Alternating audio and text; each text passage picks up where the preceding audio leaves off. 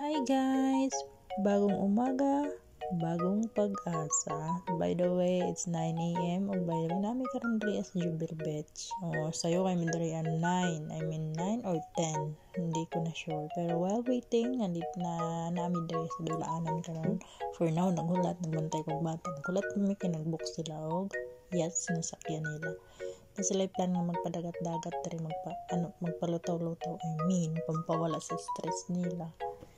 Na sila kay naman ang mga iyaan sa akong amo.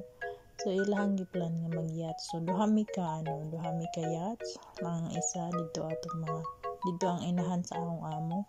Nya kami pod sa akong amo kauban ng akong alaga. So karon nagbiyahe na pa yun sa tunga.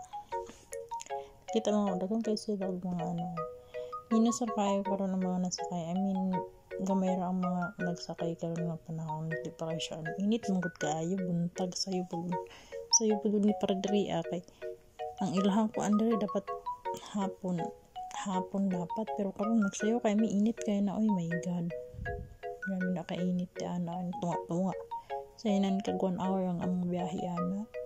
So karon sa akong mga gibidyohan kanang sa unahan mga na siya, mga building na siya.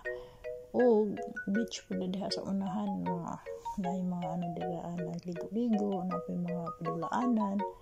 So dali ang dapit mo na feeling na ko nga Titanic.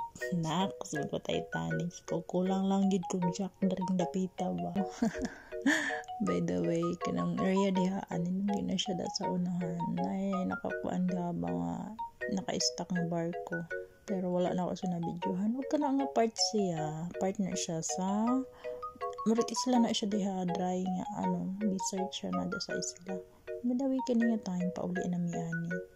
Hindi na mi sa pabalik na miani nga time, hangin siya ha, naka life jacket ba for safety na siya. And by the way, mauna niya nga mo kuan kusog ng padagan niya para pabalik.